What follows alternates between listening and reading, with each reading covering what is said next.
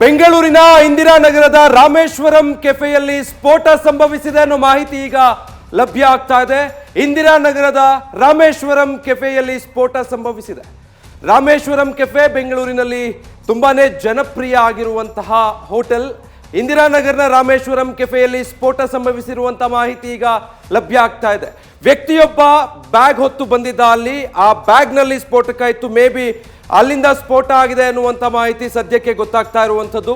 ಸ್ಥಳದಿಂದ ಸಿಕ್ಕಿರುವಂತಹ ಒಂದಷ್ಟು ಸ್ಟಿಲ್ಸ್ ಕೂಡ ನೀವು ಗಮನಿಸ್ತಾ ಇದ್ದೀರಾ. ರಾಮೇಶ್ವರಂ ಕೆಫೆ ಅಂತ ಹೇಳಿದ್ರೆ ಯಾವಾಗ ಹೋದ್ರೂ ಕೂಡ ಜನರಿಂದ ತುಂಬಿ ತುಳುಕುವಂತಹ ಸ್ಥಳ ಅದು. ಪ್ರತಿನಿತ್ಯ ದೊಡ್ಡ ಸಂಖ್ಯೆಯಲ್ಲಿ ಜನ ಅಲ್ಲಿಗೆ ಬರ್ತಾರೆ. ಅಂಥ ಜನರಿಂದ ತುಂಬಿದ್ದಂತಹ ಸ್ಥಳದಲ್ಲಿ ಸ್ಫೋಟ ಸಂಭವಿಸಿದೆ. ಇಂದಿರಾನಗರದ ರಾಮೇಶ್ವರಂ ಕೆಫೆಯಲ್ಲಿ ಈ ಸ್ಫೋಟ ಸಂಭವಿಸಿರುವಂಥದ್ದು.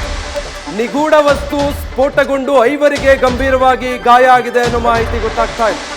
ಸ್ಥಳಕ್ಕೆ ಸದ್ಯ ಪೊಲೀಸರು ಮತ್ತು ಅಗ್ನಿಶಾಮಕ ಸಿಬ್ಬಂದಿ ಭೇಟಿ ಕೊಟ್ಟಿದ್ದಾರೆ. ಸ್ಫೋಟ ಹೇಗಾಯ್ತು, ಅದಕ್ಕೆ ಏನ್ ಕಾರಣ ಅನ್ನೋದು ಗೊತ್ತಾಗಬೇಕು. ಸದ್ಯಕ್ಕೆ ಗೊತ್ತಾಗ್ತಾ ಇರೋ ಮಾಹಿತಿ ಪ್ರಕಾರ ನಿಗೂಢವಾದ ವಸ್ತು ಸ್ಫೋಟಗೊಂಡಿರೋದ್ರಿಂದ 5 ಗಂಭೀರವಾಗಿ ಗಾಯವಾಗಿದೆ ಅನ್ನೋ ಮಾಹಿತಿ ಗೊತ್ತಾಗ್ತಾ ಇರೋದು. ಸ್ಫೋಟದ ತೀವ್ರತೆಯಿಂದ 5 ಗಂಭೀರವಾಗಿ ಗಾಯಗಳಾಗಿದೆ. ಸ್ಫೋಟ ಯಾಕಾಯ್ತು, ಹೇಗಾಯ್ತು, ಸ್ಫೋಟ ಅಲ್ಲಿ ಸಂಭವಿಸಿದ್ದಕ್ಕೆ ಕಾರಣ ಏನು, ಇದೆಲ್ಲ ಮಾಹಿತಿಗಳು ಗೊತ್ತಾಗ್ತಾ ಹೋಗಬೇಕು. ಸದ್ಯಕ್ಕೆ ಸಿಗ್ತಾ ಇರುವಂತಹ ಅಪ್ಡೇಟ್ನ ಪ್ರಕಾರ ಇಂದಿರಾನಗರದ ರಾಮೇಶ್ವರಂ ಕೆಫೆಯಲ್ಲಿ ಈ ಸ್ಫೋಟ ಸಂಭವಿಸಿರುವಂಥದ್ದು. ಬೇರೆ ಬೇರೆ ಸ್ಫೋಟಗಳು ಅಂದ್ರೆ ಈ ಸಿಲಿಂಡರ್ ಸ್ಫೋಟಗೊಳ್ಳೋದು ಆ ರೀತಿಯಾದಂತಹ ಘಟನೆ ಅಲ್ಲ. ಇದು ನಿಗೂಢವಾದಂತಹ ವಸ್ತು ಸ್ಫೋಟ ಆಗಿರುವಂಥದ್ದು. ಸದ್ಯಕ್ಕೆ ಈಗ ಗೊತ್ತಾಗ್ತಾ ಇರೋ ಮಾಹಿತಿ ಪ್ರಕಾರ ಮೇಲ್ನೋಟಕ್ಕೆ ಗ್ರಾಹಕರ ಸೋಗಿನಲ್ಲಿ ಬಂದಿದ್ದಂತಹ ವ್ಯಕ್ತಿಯೊಬ್ಬನ ಬ್ಯಾಗ್ನಲ್ಲಿ ಇದ್ದಂತಹ ನಿಗೂಢವಾದ ವಸ್ತು ಸ್ಫೋಟಗೊಂಡು ಈ ಘಟನೆ ಸಂಭವಿಸಿದೆ ಅನ್ನೋ ಮಾಹಿತಿ ಈ ಕ್ಷಣಕ್ಕೆ ಗೊತ್ತಾಗ್ತಾ ಇರುವಂಥದ್ದು. ನೂರಾರು ಸಂಖ್ಯೆಯಲ್ಲಿ ಪ್ರತಿನಿತ್ಯ ಯಾವ ಕ್ಷಣದಲ್ಲಿ ಭೇಟಿ ಕೊಟ್ಟರು ಗ್ರಾಹಕರಿರುವಂತಹ ಸ್ಥಳ ಅದು ರಾಮೇಶ್ವರಂ ಕೆಫೆ ಅಂತ ಹೇಳಿದ್ರೆ. ಗ್ರಾಹಕರ ಸೋಗಿನಲ್ಲೇ ಓರ್ವ ವ್ಯಕ್ತಿ ಇವತ್ತು ಭೇಟಿ ಕೊಟ್ಟಿದ್ದಾನೆ. ಆತನ ಬ್ಯಾಗ್ನಿಂದ ಈ ಸ್ಫೋಟ ಸಂಭವಿಸಿದೆ ಅನ್ನೋ ಮಾಹಿತಿ ಗೊತ್ತಾಗ್ತಾ ಇದೆ. ಮೇಲ್ನೋಟಕ್ಕೆ ಸದ್ಯಕ್ಕೆ ಗೊತ್ತಾಗ್ತಾ ಇರುವಂತಹ ಮಾಹಿತಿಗಳನ್ನ ಆಧರಿಸಿ ಘಟನೆ ಹೇಗಾಗಿರಬಹುದು ಅನ್ನೋ ಈ ಕ್ಷಣದ ಮಾಹಿತಿ ಗೊತ್ತಾಗ್ತಾ ಇರುವಂಥದ್ದು. ಗ್ರಾಹಕರ ಸೋಗಿನಲ್ಲಿ ಓರ್ವ ವ್ಯಕ್ತಿ ರಾಮೇಶ್ವರಂ ಕೆಫೆಗೆ ಬಂದಿದ್ದಾನೆ. ಇಂದಿರಾನಗರದಲ್ಲಿರುವಂತಹ ರಾಮೇಶ್ವರಂ ಕೆಫೆಗೆ ಈ ವ್ಯಕ್ತಿ ಭೇಟಿ ಕೊಟ್ಟಿದ್ದಾನೆ. ನಂತರದ ಕೆಲ ಕ್ಷಣಗಳಲ್ಲಿ ಈ ಸ್ಫೋಟ ಸಂಭವಿಸಿರೋದು ಅನ್ನೋ ಮಾಹಿತಿ ಸದ್ಯಕ್ಕೆ ಲಭ್ಯ ಆಗ್ತಾ ಇದೆ. ಆ ದೃಶ್ಯಗಳನ್ನ ನೀವು ನೋಡಿದ್ರೆ ಸ್ಫೋಟದ ತೀವ್ರತೆ ಎಷ್ಟಿದೆ ಅನ್ನೋದನ್ನ ಅರ್ಥ ಮಾಡ್ಕೊಳ್ಬಹುದು. ಆ ಸ್ಥಳದಲ್ಲಿ ಯಾವ ರೀತಿಯ ಪರಿಸ್ಥಿತಿ ಇದೆ ಅಂತ. ಸದ್ಯ ಸ್ಥಳಕ್ಕೆ HAL ಪೊಲೀಸರು ಕೂಡ ಭೇಟಿ ಕೊಟ್ಟು ಸ್ಥಳ ಪರಿಶೀಲನೆಯನ್ನ ನಡೆಸ್ತಾ ಇದ್ದಾರೆ. ಅಗ್ನಿಶಾಮಕ ಸಿಬ್ಬಂದಿ ಕೂಡ ಸ್ಥಳಕ್ಕೆ ಭೇಟಿ ಕೊಟ್ಟಿದ್ದಾರೆ. ಡೀಟೇಲ್ಸ್ ಕೊಡ್ತಾರೆ ನಮ್ಮ ಪ್ರತಿನಿಧಿ ಸಂದೇಶ್. ಸ್ಫೋಟಕ್ಕೆ ಸಂಬಂಧಪಟ್ಟ ಹಾಗೆ ಈಗ ಗೊತ್ತಾಗ್ತಾ ಇರೋ ಮಾಹಿತಿ ಏನು, ಹೇಗೆ ಸಂಭವಿಸಿತು ಸ್ಫೋಟ, ಪ್ರಾಥಮಿಕವಾಗಿ ಏನೆಲ್ಲ ಮಾಹಿತಿ ಗೊತ್ತಾಗ್ತಾ ಇದೆ? ವಿಜಯ್, ಈಗ HAL ಹೋಟೆಲ್ ಒಂದರಲ್ಲಿ ಅನುಮಾನಾಸ್ಪದವಾದ ಒಂದು ಸ್ಫೋಟ ಸಂಭವಿಸಿದೆ ಅನ್ನೋ ಮಾಹಿತಿಗಳು ಕೂಡ ಲಭ್ಯವಾಗ್ತಾ ಇದೆ. ಅಂದ್ರೆ ಅಲ್ಲಿನ ಸ್ಥಳೀಯರ ಮಾಹಿತಿ ಪ್ರಕಾರವಾಗಿ ದೊಡ್ಡ ಪ್ರಮಾಣದಲ್ಲಿ ಹಾನಿಯಾಗಿದೆ ಅನ್ನೋ ಮಾಹಿತಿ, ಜೊತೆಗೆ ದೊಡ್ಡ ಪ್ರಮಾಣದ ಒಂದು ಶಬ್ದ ಕೂಡ ಬಂತು ಅನ್ನೋ ಮಾಹಿತಿಯನ್ನ ಕೊಡ್ತಾ ಇದ್ದಾರೆ. ಸದ್ಯ ಈಗಾಗಲೇ ಸ್ಥಳಕ್ಕೆ ಅಗ್ನಿಶಾಮಕ ವಾಹನ ಕೂಡ ಈಗಾಗಲೇ ಭೇಟಿಯನ್ನ ನೀಡಿದ್ದಾರೆ. ಜೊತೆಗೆ ಒಳಗಡೆ ಆ ಬೆಂಕಿಯನ್ನ ನಂದಿಸುವಂತ ಕೆಲಸವನ್ನ, ಅಂದ್ರೆ ಸ್ಫೋಟದಲ್ಲಿ ಬಂದಂತಹ ಏನು ಆ ಸ್ಪಾಟ್ನ ನಂದಿಸುವಂತ ಕೆಲಸವನ್ನ ಕೂಡ ಮಾಡಿದ್ದಾರೆ. ಜೊತೆಗೆ ಈಗಾಗಲೇ ಹೊಗೆ ಕೂಡ ತುಂಬಿಕೊಂಡಿರೋದ್ರಿಂದ ಅದನ್ನ ಕಂಪ್ಲೀಟ್ ಆಗಿ ನಂದಿಸುವಂತ ಕೆಲಸವನ್ನ ಕೂಡ ಮಾಡ್ತಾ ಇದ್ದಾರೆ. ಮತ್ತೊಂದು ಕಡೆ ಘಟನೆಯಲ್ಲಿ 3 ಗಂಭೀರ ಗಾಯಗಳಾಗಿದೆ ಅನ್ನೋ ಮಾಹಿತಿ ಲಭ್ಯವಾಗ್ತಾ ಇದೆ. 3ರನ್ನು ಕೂಡ ಈಗಾಗಲೇ ಸ್ಥಳೀಯ ಆಸ್ಪತ್ರೆಗೆ ಗಾಯಾಳುಗಳನ್ನ ರವಾನೆ ಮಾಡುವಂತ ಕೆಲಸವನ್ನ ಮಾಡಿದೆ. ಮತ್ತೊಂದು ಕಡೆ ಯಾವ ಕಾರಣಕ್ಕಾಗಿ ಅಲ್ಲಿ ಸ್ಫೋಟ ಸಂಭವಿಸಿತು ಅನ್ನೋದಕ್ಕೆ ಸಂಬಂಧಪಟ್ಟಂತೆ ಈಗ 2 ಅನುಮಾನಗಳನ್ನ ಕೂಡ ವ್ಯಕ್ತಪಡಿಸ್ತಾ ಇದ್ದಾರೆ. ಯಾಕಂದ್ರೆ ತುಂಬಾ ಪ್ರೀ ಮೆಚ್ಯೂರ್ ಆಗಿರೋದ್ರಿಂದ, ಅಂದ್ರೆ ಈಗಷ್ಟೇ ಆಗಿರೋದ್ರಿಂದ ಈಗ ಸದ್ಯ ಅಲ್ಲಿ ಸಿಲಿಂಡರ್ ಸ್ಫೋಟ ಅನ್ನೋ ಮಾಹಿತಿಗಳು ಕೂಡ ಲಭ್ಯವಾಗ್ತಾ ಇದೆ. ಜೊತೆಗೆ ವ್ಯಕ್ತಿಯೋರ್ವ ತಂದಿದ್ದಂತಹ ಬ್ಯಾಗ್ನಿಂದ ಸ್ಫೋಟವಾಯಿತು ಅನ್ನೋ ಮಾಹಿತಿ ಕೂಡ ಲಭ್ಯವಾಗ್ತಾ ಇದೆ. ಹಾಗಾಗಿ ಸ್ಪಷ್ಟವಾಗಿ ಆ ಒಂದು ಏನು ಅಲ್ಲಿ ಸ್ಫೋಟ ಆಗಿರೋದಕ್ಕೆ ಮೂಲ ಏನು ಅಥವಾ ಸ್ಫೋಟ ಆಗಿರೋದಕ್ಕೆ ಪ್ರಮುಖವಾದ ಕಾರಣ ಏನು ಅನ್ನೋದಕ್ಕೆ ಸಂಬಂಧಪಟ್ಟಂತೆ ಮಾಹಿತಿಯನ್ನ ಕಲೆ ಹಾಕುವಂತ ಕೆಲಸವನ್ನ ಈಗ ಅಗ್ನಿಶಾಮಕ ದಳದ ಸಿಬ್ಬಂದಿಗಳು ಕೂಡ ಮಾಡ್ತಾ ಇದ್ದಾರೆ. ಅಂದ್ರೆ ಪ್ರಮುಖವಾಗಿ ಒಳಗಡೆ ಏನಾಯ್ತು, ಆ ಸ್ಫೋಟಗೊಳ್ಳೋದಕ್ಕೆ ಏನು ಪ್ರಮುಖವಾದ ಕಾರಣ ಅನ್ನೋದನ್ನ ಪತ್ತೆ ಹಚ್ಚುವಂತ ಕೆಲಸವನ್ನ ಮಾಡ್ತಾ ಇದ್ದಾರೆ. ಮತ್ತೊಂದು ಕಡೆ ಈಗಾಗಲೇ ಸ್ಥಳಕ್ಕೆ ACP ಪ್ರಿಯದರ್ಶಿನಿ ಅವರು ಕೂಡ ಭೇಟಿಯನ್ನು ಕೊಟ್ಟಿದ್ದಾರೆ. ಅಗ್ನಿಶಾಮಕ ದಳದ ಸಿಬ್ಬಂದಿಗಳು ಕೂಡ ಭೇಟಿಯನ್ನು ಕೊಟ್ಟಿದ್ದಾರೆ.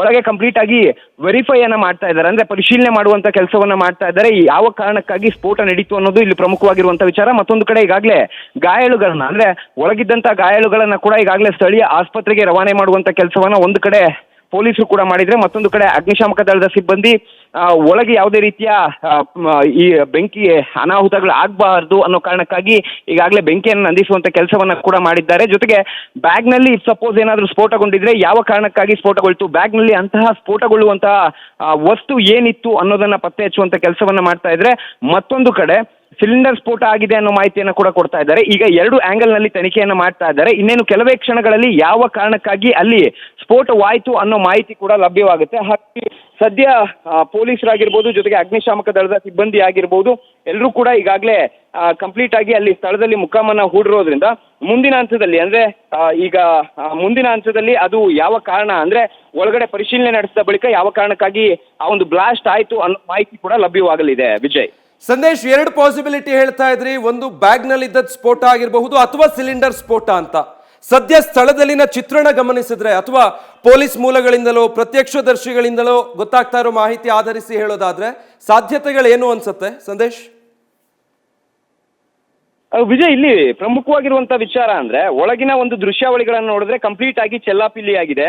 ಸಿಲಿಂಡರ್ ಸ್ಫೋಟ ಆಗಿದ್ದಿದ್ರೆ ದೊಡ್ಡ ಮಟ್ಟಕ್ಕೆ ಆಗ್ಬೇಕಾಗುತ್ತೆ. ಯಾಕಂದ್ರೆ ಇಲ್ಲಿ ಸಿಲಿಂಡರ್ ಸ್ಫೋಟವನ್ನು ಕೂಡ ಅಲ್ಲಗಳೆಯುವಂತಿಲ್ಲ. ಯಾಕಂದ್ರೆ ಹೋಟೆಲ್ ಆಗಿರೋದ್ರಿಂದ ಹೋಟೆಲ್ನಲ್ಲಿ ಸಾಕಷ್ಟು ಸಿಲಿಂಡರ್ಗಳು ಇರ್ತವೆ.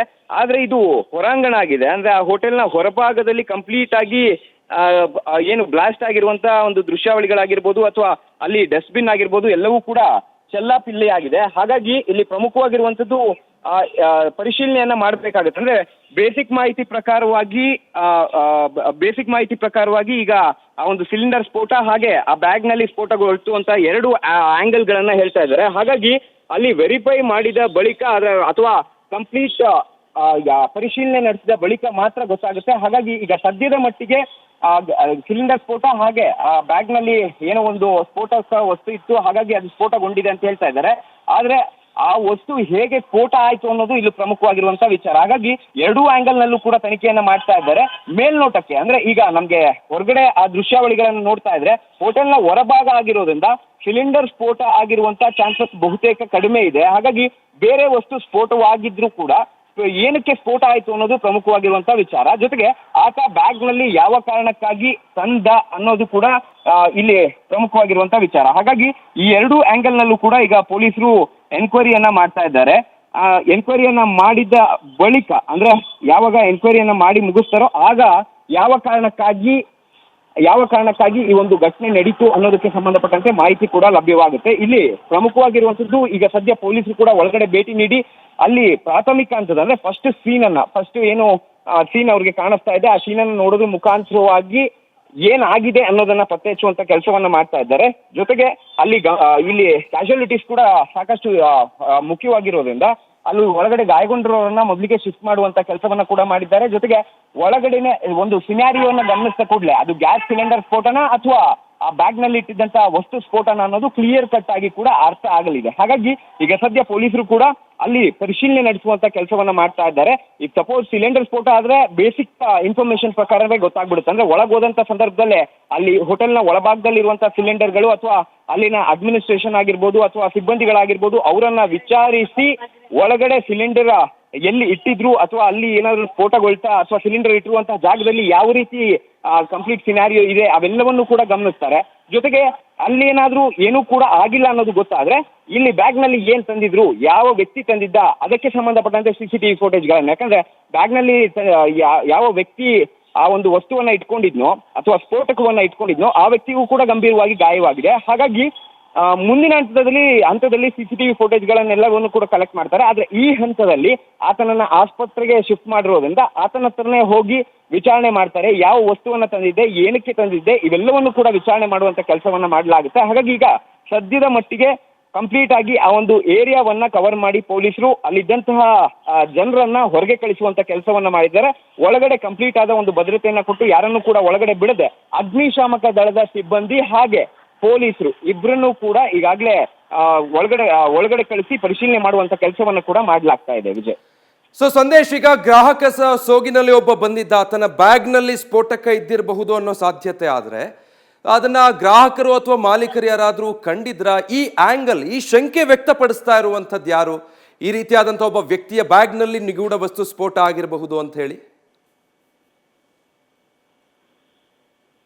ವಿಜಯ್, ಪ್ರಮುಖವಾಗಿ ಒಳಗಡೆ ಇದ್ದಂಥ ಸ್ಥಳೀಯರು ಅಂದ್ರೆ ಯಾವಾಗ ಈ ಒಂದು ಸ್ಫೋಟಗೊಂಡ ನಂತರ ಅಗ್ನಿಶಾಮಕ ದಳದ ಸಿಬ್ಬಂದಿಗಳಿಗೂ ಕೂಡ ಸ್ಥಳೀಯರು ಕರೆಯನ್ನ ಮಾಡ್ತಾರೆ. ಅದಾದ ನಂತರ ಪೊಲೀಸರು ಕೂಡ ಸ್ಥಳಕ್ಕೆ ಭೇಟಿ ನೀಡಿದಂತಹ ಸಂದರ್ಭದಲ್ಲಿ ಅಲ್ಲಿದ್ದಂತಹ ಸ್ಥಳೀಯರು ಯಾರಿರ್ತಾರೆ ಅವರನ್ನ ಕೂಡ ವಿಚಾರಣೆಯನ್ನ ಮಾಡಲಾಗಿದೆ. ಈಗಾಗಲೇ ಪ್ರಾಥಮಿಕ ಹಂತದಲ್ಲಿ ಯಾವಾಗ ಒಂದು ಕಡೆ ಪೊಲೀಸರು ಗಾಯಾಳುಗಳನ್ನ ಶಿಫ್ಟ್ ಮಾಡುವಂತ ಕೆಲಸವನ್ನ ಮಾಡ್ತಾ ಇದ್ರೆ, ಮತ್ತೊಂದು ಕಡೆ ಅಲ್ಲಿದ್ದಂತಹ ಮತ್ತಷ್ಟು ಸ್ಥಳೀಯರನ್ನ ಪೊಲೀಸರು ವಿಚಾರಣೆ ಮಾಡುವಂತ ಕೆಲಸವನ್ನ ಮಾಡ್ತಾರೆ. ವಿಚಾರಣೆ ಮಾಡಿದಂತ ಸಂದರ್ಭದಲ್ಲಿ ಕೂಗಳತೆ ದೂರ ಅಂದ್ರೆ ಒಂದು 100 ಮೀಟರ್ ದೂರದಲ್ಲಿದ್ದಂತಹ ಸಾಕಷ್ಟು ಜನ ಸ್ಥಳೀಯರು, ಆ ಹೋಟೆಲ್ಗೆ ಬಂದಂತಹ ಸ್ಥಳೀಯರು ಏನಿದ್ರು ಅಥವಾ ಗ್ರಾಹಕರೇನಿದ್ರು ಅವರನ್ನ ವಿಚಾರಣೆ ಮಾಡಿದಂತ ಸಂದರ್ಭದಲ್ಲಿ ಅವರು ಹೇಳ್ತಾರೆ, ನಾವು ಅಲ್ಲಿ ಓರ್ವ ವ್ಯಕ್ತಿ ಬ್ಯಾಗ್ ಅನ್ನ ತಂದಿದ್ದ, ಆ ಬ್ಯಾಗ್ ನಿಂದಲೇ ಸ್ಫೋಟ ಆಗಿರುವಂತಹ ಚಾನ್ಸ್. ಸಂದೇಶ್ ಹಾಗೆ ಸಂಪರ್ಕದಲ್ಲಿ ಮತ್ತೆ ಮಾತಾಡಿಸ್ತೀನಿ. ನೀವೀಗ ನ್ಯೂಸ್ ಫಸ್ಟ್ ಸ್ಕ್ರೀನ್ ಮೇಲೆ ಎಕ್ಸ್ಕ್ಲೂಸಿವ್ ದೃಶ್ಯಗಳನ್ನ ನೋಡ್ತಾ ಇದ್ದೀರಾ. ಸ್ಥಳದಲ್ಲಿ ಸದ್ಯ ಯಾವ ರೀತಿ ಪರಿಸ್ಥಿತಿ ಅಲ್ಲಿ ನಿರ್ಮಾಣ ಆಗಿದೆ ಅಂತ, ಇಡೀ ಸ್ಥಳದಲ್ಲಿ ಸ್ಫೋಟದ ತೀವ್ರತೆ ಏನು ಅನ್ನೋದನ್ನ ಈ ದೃಶ್ಯದ ಮೂಲಕ ಅರ್ಥ ಮಾಡ್ಕೊಳ್ಬಹುದು. ಇನ್ನು ಕೂಡ ಯಾಕಾಗಿ ಈ ಸ್ಫೋಟ ಆಗಿದೆ ಏನು ಅನ್ನೋದು ಗೊತ್ತಾಗ್ತಾ ಇಲ್ಲ, ಬಟ್ ಸ್ಫೋಟದ ತೀವ್ರತೆ ಏನು ಅನ್ನೋದನ್ನ ಈ ದೃಶ್ಯಗಳು ಹೇಳ್ತಾ ಇದೆ. ಎಕ್ಸ್ಕ್ಲೂಸಿವ್ಲಿ ನ್ಯೂಸ್ ಫಸ್ಟ್ ನ ಸ್ಕ್ರೀನ್ ನ ಮೇಲೆ ಇಂದಿರಾನಗರದ ರಾಮೇಶ್ವರಂ ಕೆಫೆಯಲ್ಲಿ ಸಂಭವಿಸಿರುವಂತಹ ಸ್ಫೋಟ ನಡೆದಿದೆಯಲ್ಲ, ಆ ಸ್ಥಳದಿಂದ ದೃಶ್ಯಗಳು ಲಭ್ಯ ಆಗ್ತಾ ಇರುವಂತದ್ದು. ಸ್ಥಳದಲ್ಲಿ ಸದ್ಯದ ಚಿತ್ರಣ ಗಮನಿಸ್ತಾ ಇದ್ರೆ ಈ ಸ್ಫೋಟದ ತೀವ್ರತೆ ಎಷ್ಟಿದೆ, ಇದರಿಂದ ಹಾನಿ ಎಷ್ಟು ಸಂಭವಿಸಿದೆ ಅನ್ನುವಂಥದ್ದನ್ನ ಈ ಸ್ಥಳದಲ್ಲಿ ಗಮನಿಸಬಹುದು. ಇದು ಆಗ್ತಿದ್ದ ಹಾಗೆ ತಕ್ಷಣ ಸ್ಥಳಕ್ಕೆ ಪೊಲೀಸರು ಭೇಟಿ ಕೊಟ್ಟಿದ್ದಾರೆ. ಮತ್ತೆ FSL ತಂಡ ಕೂಡ ಈಗಾಗಲೇ ಸ್ಥಳಕ್ಕೆ ಭೇಟಿ ಕೊಟ್ಟು ಸ್ಫೋಟ ಹೇಗಾಗಿದೆ ಅನ್ನುವಂಥದ್ದನ್ನ ಕೂಡ ಪರಿಶೀಲನೆ ನಡೆಸ್ತಾ ಇದ್ದಾರೆ. 2 ಪಾಸಿಬಿಲಿಟಿ ಸದ್ಯಕ್ಕೆ ಮುಂದುವರೆದ ಹಾಗೆ ಅದು ಕನ್ಫರ್ಮೇಷನ್ ತನಿಖೆಯ ಮೂಲಕ ಆಗಬೇಕು. ಆದ್ರೆ ಸದ್ಯಕ್ಕೆ ಗೊತ್ತಾಗ್ತಾ ಇರುವಂತ ಮಾಹಿತಿಯ ಪ್ರಕಾರ ಒಂದು ಸಿಲಿಂಡರ್ ಸ್ಫೋಟದಿಂದ ಆಗಿರಬಹುದು ಅಥವಾ ಬ್ಯಾಗ್ ನಲ್ಲಿ ತಂದಿದ್ದ ಸ್ಫೋಟಕದಿಂದ ಅಂತ ಯಾವ್ದಾಗಿದೆ ಅನ್ನೋದು ಗೊತ್ತಾಗಬೇಕು. ಬಟ್ ಸ್ಥಳದಲ್ಲಿ ಸ್ಫೋಟದಿಂದ ಆಗಿರುವಂತಹ ಆ ಹಾನಿ ಎಷ್ಟಿದೆ ಅನ್ನುವಂಥದ್ದನ್ನ ನ್ಯೂಸ್ ಫಸ್ಟ್ ನ ಈ ಎಕ್ಸ್ಕ್ಲೂಸಿವ್ ದೃಶ್ಯಗಳಲ್ಲಿ ನೀವು ಗಮನಿಸಬಹುದು. ರಾಮೇಶ್ವರಂ ಕೆಫೆಯಲ್ಲಿ ಸಂಭವಿಸಿರುವಂತಹ ಸ್ಫೋಟ ನಡೆದಿರುವಂತಹ ಸ್ಥಳದ ಎಕ್ಸ್ಕ್ಲೂಸಿವ್ ದೃಶ್ಯಗಳನ್ನ ನೀವು ನ್ಯೂಸ್ ಫಸ್ಟ್ ನಲ್ಲಿ ಗಮನಿಸ್ತಾ ಇದ್ದೀರಾ. ಈಗಾಗಲೇ ಅಲ್ಲಿ ಅಗ್ನಿಶಾಮಕ ಸಿಬ್ಬಂದಿ ಆಗಮಿಸಿದ್ದಾರೆ, ಪೊಲೀಸರು ದೌಡಾಯಿಸಿದ್ದಾರೆ, FSL ತಂಡ ಕೂಡ ಈಗಾಗಲೇ ಸ್ಥಳಕ್ಕೆ ಆಗಮಿಸಿದೆ. ಹೇಗೆ ಸಂಭವಿಸಿದೆ ಸ್ಫೋಟ ಅನ್ನೋದನ್ನ ತಕ್ಷಣಕ್ಕೆ ಸ್ಥಳದಲ್ಲಿ ಸಿಗುವಂತ ಮಾಹಿತಿಗಳನ್ನ ಆಧರಿಸಿ ನಿರ್ಧರಿಸುವ ನಿಟ್ಟಿನಲ್ಲಿ ಎಲ್ಲರೂ ಕೂಡ ಈಗ ಕಾರ್ಯಪ್ರವೃತ್ತರಾಗಿದ್ದಾರೆ. ಅಲ್ಲಿದ್ದಂಥವರು, ಗ್ರಾಹಕರು ಮತ್ತೆ ಘಟನೆಯನ್ನ ನೋಡಿದಂಥವರು ಅವರ ಅರಿವಿಗೆ ಬಂದ ಹಾಗೆ ಅನುಮಾನವನ್ನ ವ್ಯಕ್ತಪಡಿಸ್ತಾ ಇರೋದು. ಸಿಲಿಂಡರ್ ಸ್ಫೋಟ ಆಗಿರಬಹುದಾ ಅನ್ನೋದು ಒಂದು ಸಾಧ್ಯತೆ, ಆದ್ರೆ ಮತ್ತೊಂದು ವ್ಯಕ್ತಿಯೊಬ್ಬನ ಬ್ಯಾಗ್ ನಲ್ಲಿ ಇದ್ದಂತಹ ಸ್ಫೋಟಗೊಂಡು ಈ ಘಟನೆ ಸಂಭವಿಸಿದೆ ಅಂತ. ದೊಡ್ಡ ಮಟ್ಟದಲ್ಲಿ ಅಲ್ಲಿ ಶಬ್ದ ಬಂತು, ದೊಡ್ಡ ಮಟ್ಟದ ಸ್ಫೋಟ ಕೂಡ ಆಯ್ತು. ಹೀಗಾಗಿ ಸುತ್ತಮುತ್ತ ಇದ್ದಂತಹ ಜನ ಕೂಡ ಹೆದರಿ ಒಂದು ಕ್ಷಣ ಅಲ್ಲಿಂದ ದಿಕ್ಕಾಪಾಲಾಗಿ ಹೋಗಿದ್ರು. ಘಟನೆ ಆದ ನಂತರ ಮತ್ತೆ ಜನರೆಲ್ಲ ಬಂದು ಅಲ್ಲಿ ಸ್ಥಳದಲ್ಲಿ ಏನಾಗಿದೆಯಪ್ಪ ಅಂತ ಆತಂಕದಲ್ಲಿ ನೋಡ್ತಾ ಇರುವಂಥದ್ದನ್ನು ಕೂಡ ಈ ಎಕ್ಸ್ಕ್ಲೂಸಿವ್ ದೃಶ್ಯಗಳಲ್ಲಿ ನೀವು ಗಮನಿಸಬಹುದು. ಹೋಟೆಲ್ನ ಆವರಣದಲ್ಲಿ ಈ ಸ್ಫೋಟ ಸಂಭವಿಸಿರೋದ್ರಿಂದ ಸಂಪೂರ್ಣ ಎಲ್ಲವೂ ಚೆಲ್ಲಾಪಿಲ್ಲಿಯಾಗಿ ಬಿದ್ದಿದೆ ಅಲ್ಲಿ. ಅಂದ್ರೆ ಸಿಲಿಂಡರ್ ಸ್ಫೋಟಗೊಂಡ್ರೆ ಕಿಚನ್ ವಿಭಾಗದಲ್ಲಿ ಆಗಬೇಕು ಅಥವಾ ಅದರ ಹಿಂಭಾಗ ಆಗಬೇಕು. ಆದ್ರೆ ಜನರು ನಿಂತು ಆಹಾರವನ್ನು ಸೇವಿಸುವಂತ ಆ ಆವರಣ ಇರುತ್ತಲ್ಲ, ಪ್ರಾಂಗಣ, ಹೋಟೆಲ್ನ ಪ್ರಾಂಗಣ, ಅಲ್ಲಿ ಈ ಸ್ಫೋಟ ಸಂಭವಿಸಿರೋ ಹಾಗೆ ಕಾಣ್ತಾ ಇದೆ. ಬಟ್ ತನಿಖೆಯಿಂದ ಗೊತ್ತಾಗಬೇಕು ಏನಾಗಿದೆ, ಹೇಗಾಗಿದೆ ಅನ್ನೋದು.